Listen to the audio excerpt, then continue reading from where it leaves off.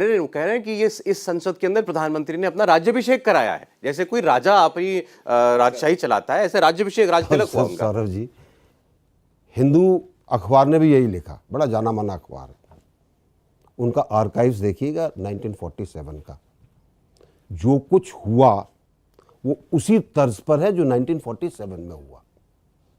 वो इसमें वही अधिनियम यहाँ पर आए, वही सेंगोल था। अब दुख क्या है मैं बताता हूँ आपको। दुख यह है कि नेहरू जी की छड़ी जो है वो सेंगोल बनी निकली, तो अब उनको बड़ी पीड़ा हो रही है। वो तो नेहरू जी की छड़ी बन गई थी, उनके पास ही रहती थी, कभी उसको डिस्प्ले नहीं किया गया कहीं। सेंगोल के बारे में किसी को पता ही नहीं था। पहले तो बोले कि सेंगोल क्या होता है, म्यूजियम में चली गई जब उनका देहांत हो गया। अब वो सेंगोल निकल कर आया, उसकी क्या उसकी विशेषता है उसके बारे में पता चला, 1947 के अंदर कैसे दिया गया था उसके बारे में पता चला। वही सेरेमनी उन्हीं लोगों के द्वारा या उनके बाद जो आए उन मठों के ऊपर, उन्हीं के द्वारा की गई। इसमें क्या बुराई है क्या? तो इसका मतलब ये है कि पहले तो उनको नेहरू जी को गाली देनी चाहिए।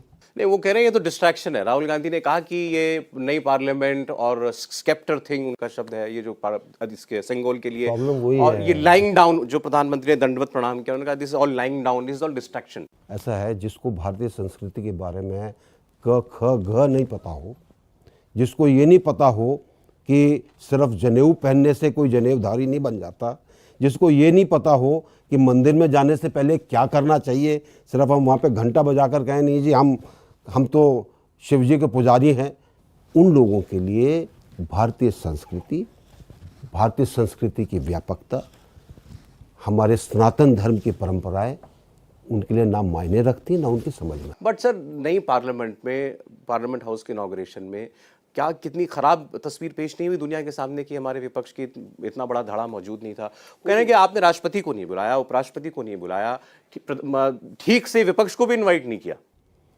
सबको इनवाइट किया गया। अगर कोई आना नहीं चाहता विपक्ष में से तो उनकी धारणा है, उनमें से तो कुछ तो अलग अलग तरह की बात बोल रहे थे जिसका यहाँ पे कोई मतलब नहीं है बोलने का। मैं सिर्फ यही कहूँगा कि एक परंपरा है, उसी परंपरा के हिसाब से चीज़ें की गई। 47 में भी फिर राजगोपालाचारी जब बने वाइसरॉय जी, तो उनसे करवाना था ना, नेहरू जी ने क्यों किया बताइए आप मुझे। कोई रीज़न नहीं है जो ये दे सकते हैं उसके बारे में। दूसरी चीज़, नया पार्लियामेंट नए तरीके से भारत की एक नई तस्वीर पेश करता है। हमारा प्रतीक जो है सारनाथ के शेर, उसके ऊपर लगे, पुरानी पार्लियामेंट पे नहीं लगे।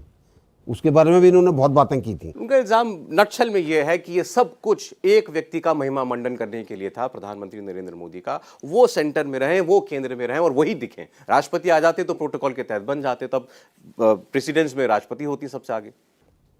उसके बारे में भी एक परंपरा है,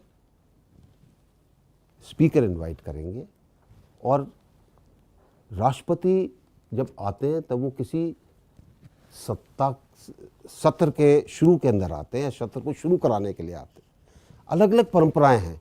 दिक्कत क्या है, जो व्यक्ति अपने ही प्रधानमंत्री